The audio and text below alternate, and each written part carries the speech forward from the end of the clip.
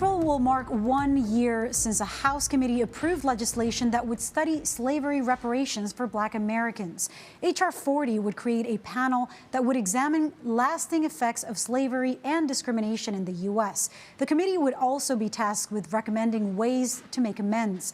That includes paying reparations to the descendants of people who were enslaved. But the bill has yet to be brought forth for a full vote in the chamber. Congresswoman Sheila Jackson Lee of Texas is the lead sponsor of H.R. 40. She joins me now for more. Congresswoman Lee, first of all, thank you for joining us. Welcome. Now let's talk about reparations and why they are necessary.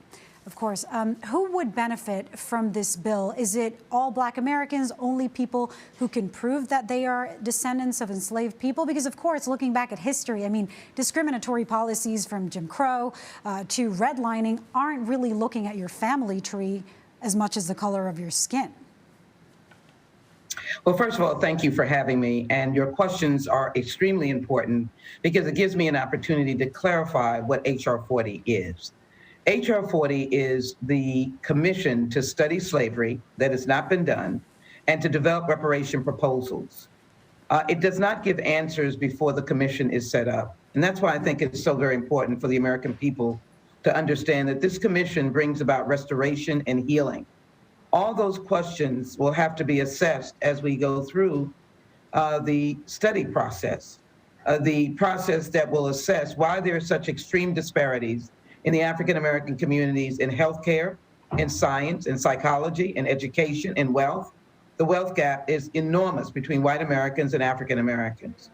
The questions of any amount or any assessment really is premature. The question has to be, what has the issue of 246 years of slavery done to the African-American community?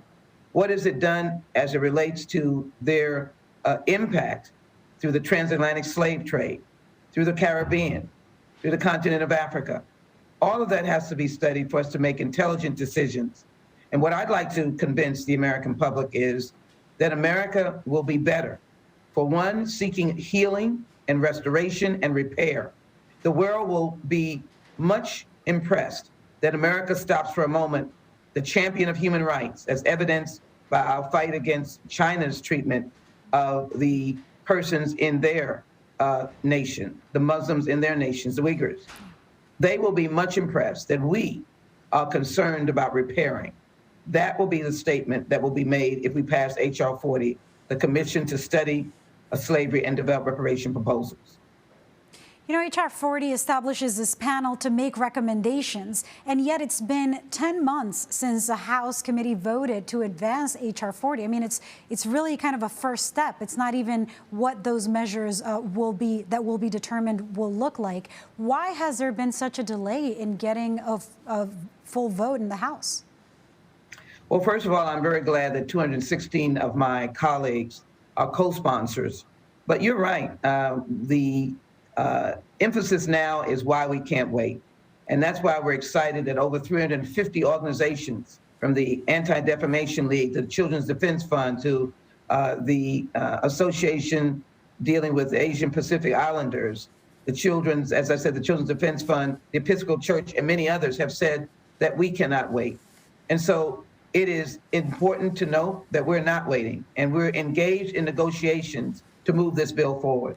We will see in the next coming days and weeks action on H.R. 40 because those who have participated in meetings, those who participate in the markup, our members of Congress, all see that this is an important step. And isn't it interesting that these discussions have ramped up in the month that we commemorate Black History Month? But we will see action because now is the time. And that action will give us a very prominently based commission of members who will have the opportunity to hold hearings across the nation, hearing supporters and those who have a different perspective. And out of that will come the opportunity for an amazing array of designed responses and a response to the devastation of slavery of 246 years. Now, tell me about the lobbying for this bill. I mean, where are you finding success, and how confident are you that it could be brought to a vote sometime this year and eventually pass? I mean, what are the conversations that you've been having, and where do you find that people will, I guess, listen and support what you're proposing? I think the best conversation we're having is about restoration and repair. To look at, we're the only population in the United States that were slaves. And slavery, of course, was abolished in the United States by the 13th Amendment. We still fight slavery around the world. But the fact that there were people who, African Americans, those who came as slaves and remained as slaves, they were born, they lived, and they died as slaves. And so it is evident that we are unique in this country. And it's even more evident as we've seen the ugly head of racism raise its head over the last year or a couple of years because of the leadership, unfortunately, of the last president, who has created a divide, wanted to bring tension, evidenced by January 6th, where Black officers were called names by the so-called patriots, but who are insurrectionists and terrorists. And I think people are tired of that. They're tired of the bomb threats that are being called against HBCUs. They're tired against the anti-Semitism that's happening around the nation.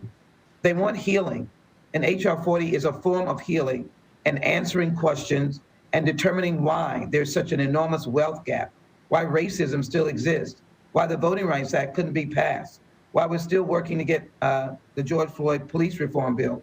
All this ties in to disparities in how African Americans are treated. The NFL comes to mind. So I think that when I speak to people about healing, restoring, and fixing, which is repairing, they open their minds. It is not about accusing people who are just here. It is historically looking at the record why we're in the condition we're in today, looking at the record why the wealth gap is $13,000 for $13,000 for a family of four for African Americans to $165,000 for a white family. Those numbers are stark, $13,000 to $15,000. Those numbers are stark. And so what we can do with this commission is make great change through information and facts. I look forward to change coming from information and facts. So we're not jumping to conclusion. We're going to study it, and not for a long period of time. We're going to reach out across the nation. We're going to hear different voices, and then we're going to assess what African Americans have said all along, that slavery has never been responded to. We've never been addressed. We've not even gotten an apology. And I think it's long overdue. That's why we're saying why we can't wait. And 350 organizations are urging action on H.R. 40 now. You know, as you mentioned, there seems to be just an emergence of actual, violence and threats. There's so much division. And I mean, we're living at a time where there's even opposition to teaching the history of racist oppression in our schools. When you hear from people who say things like, nobody who's alive today is responsible for slavery, or who denied systemic racism, I mean, even within Congress, how do you educate them? Like, how do you, convey this message of the urgency of, instead of removing it from the books and from education, to actually educating America on it? Well, first, I try as gently as possible to tell them that they are totally misinterpreting what critical race theory is, which is not being taught to Johnny or Mary in kindergarten or second grade or fourth grade or middle school or even high school. Obviously, critical race theory by its very name is an academic approach to analyzing racism in colleges and higher degrees and people in graduate school. I don't think that anyone should shun learning of everyone's history, whether you're a Native American or whether you've come from a country through Europe or South and Central America or Africa or any other place. The history of this very diverse nation is so very important, and African American history is very important. And the names like W. Du Bois and George Washington Carver are very important, and Rosa Parks and Martin Luther King are very important. But the way I speak to people who want to suggest that they had nothing to do with slavery, I will say to them, but you are direct beneficiaries of the work of slaves. Slavery made this nation the nation that it is today in terms of wealth. We built, when I say that, my ancestors, descendants of freed slaves who live today are individuals who, in fact, help to create the wealth through the transatlantic slave trade. We built the banks of the East Coast. We made cotton king, and that money has translated through. In addition, when African Americans who were slaves were freed by the 13th Amendment, there was an attempt to provide them 40 acres and a mule. That was realistic. But because of the election of a president after the assassination of President Lincoln, it did not follow through.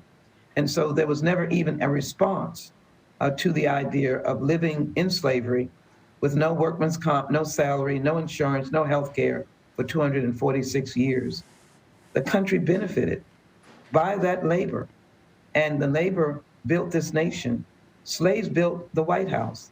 Slaves built the United States Capitol. There's much that the nation benefited from. So whether or not individuals held slaves, they were the beneficiary of slavery. How sad. It is America's original sin, and absolutely it must be responded to.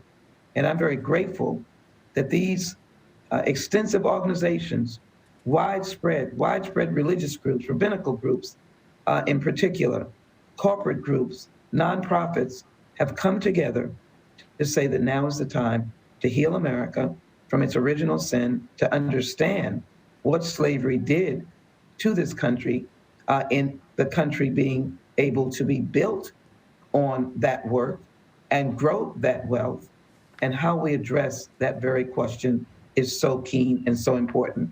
And there may be different ways that it is done, but I can assure you it will be an important statement.